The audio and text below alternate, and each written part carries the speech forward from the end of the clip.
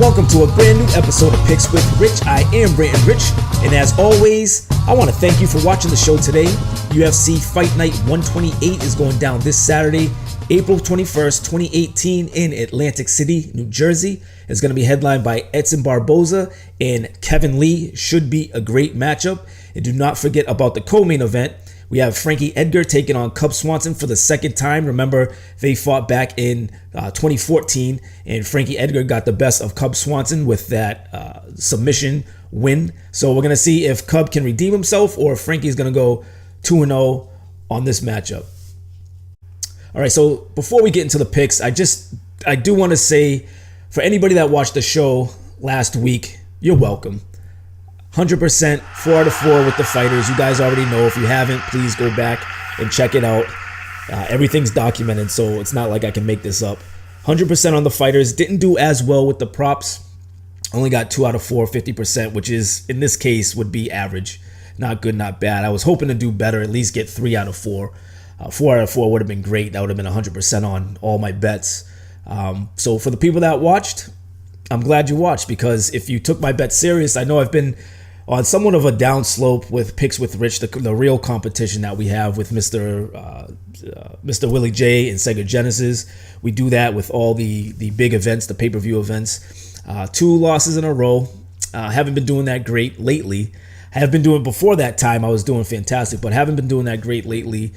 And it's good to see that it's a good feeling when you start to, you go from here and you start to go back up. So last week again, I did pretty well. So I do have to say so myself without patting myself on the back or anything. So anyway, let's talk about this week. This week's a new week. Again, UFC Fight Night 128. We're going to get right into the picks right now. Let's start off with the first one. We have Jim Miller versus Dan Hooker. Jim Miller is coming in as the underdog at a plus 285. Miller's 28-11 in his professional career, 17-10 in the UFC, coming off of 3 losses in a row. His last loss was back in October 2017. Not looking good for Jim Miller, but maybe he can turn it around. Dan Hooker, on the other hand, he's coming in as a minus 345. He's 15-7 in his professional career, 5-3 in the UFC, coming off of 2 straight wins. His last fight was back in December, and one of those wins actually was the fight before against Ross Pearson. I believe that was a knockout win for Dan Hooker. I'm going to take Dan Hooker for this one. I think he's going to beat Jim Miller by TKO. Okay, so second fight of the main card, we have Aljamain Sterling taking on Bret Johns. Aljamain's coming in as the underdog at a plus 105. Aljamain is 14-3 in his professional career. He's 6-3 in the UFC. He's coming off of that vicious KO loss against Marlon Moraes back in December, which was kind of shocking. I didn't see him losing like that. I think Aljamain is been doing pretty well besides that loss. Going on to Bret Johns. Bret Johns is coming in as the favorite. He's a minus 125. He's undefeated at 15-0 in his professional career. He's had 3 fights in the UFC and, of course, won all 3. He's coming off of a submission win versus John Soto back in December. Even though on paper Bret Johns should beat Aljamain Sterling, I have a lot of confidence in Aljamain on this one. I think Aljamain is going to win, and I think it's going to be by decision. Okay, so third fight on the main card, we have David Branch taking on Thiago Santos. David Branch is the underdog in this one, plus 190. He's 21-4 in his professional career, 1-1 in the UFC, and I'm sure you guys remember that loss that he's coming off of against Luke Rockhold back in September.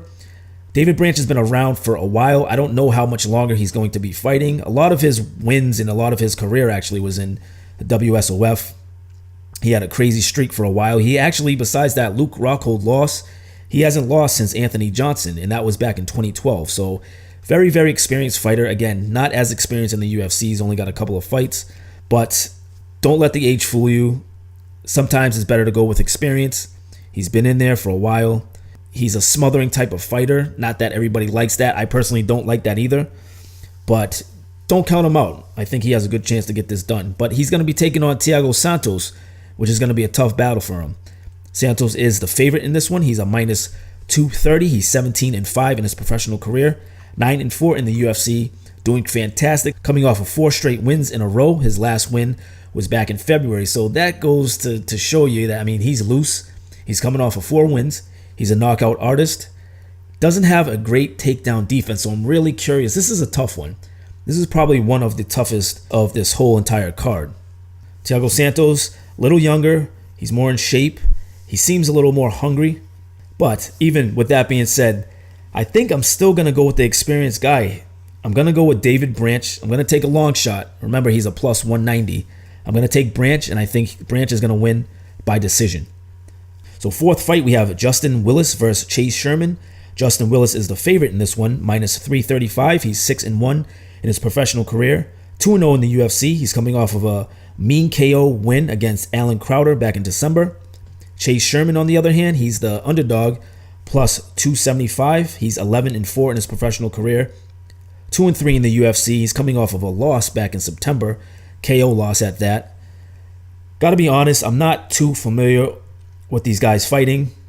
I have seen them fight. I watched them fight. Justin Willis, again, he's only got 2 fights in the UFC. Chase Sherman, he's got 5 fights in the UFC. I think he gets more of his attention from trolling and doing crazy stuff on social media. I think that's why most people know his name. Gonna go with the favorite on this one. I'm gonna take Justin Willis. I think he's gonna win by TKO. Again, this isn't a fight that I guess I'm excited to see because you got 2 heavyweights really going at it. But I'm not too familiar with, so I'm kind of curious on how this one goes.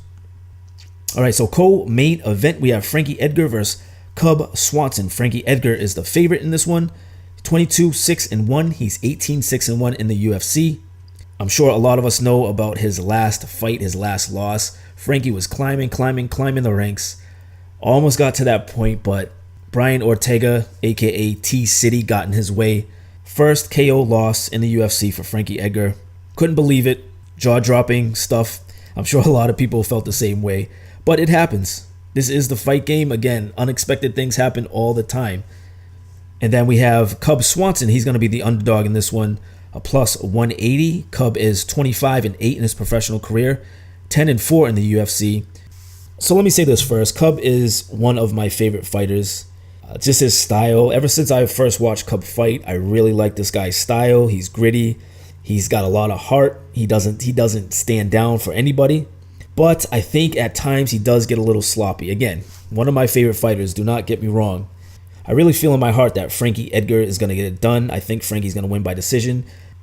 Okay, so last but not least, we have the main event. We have Edson Barbosa taking on Kevin Lee. Barbosa is coming in as the underdog at a plus 125.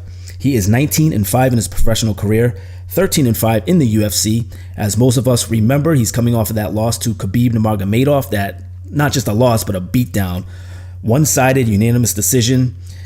One thing you can say positive, besides Edson Barbosa's stand-up, of course. I mean, he's one of my favorite fighters along with Cub Swanson. He's another guy that I just look up to. I love to watch him fight. But things have been questioned in the past. I'm not going to lie. Just because I like him, you can't deny the facts. His chin has been questioned because a couple times he's been down.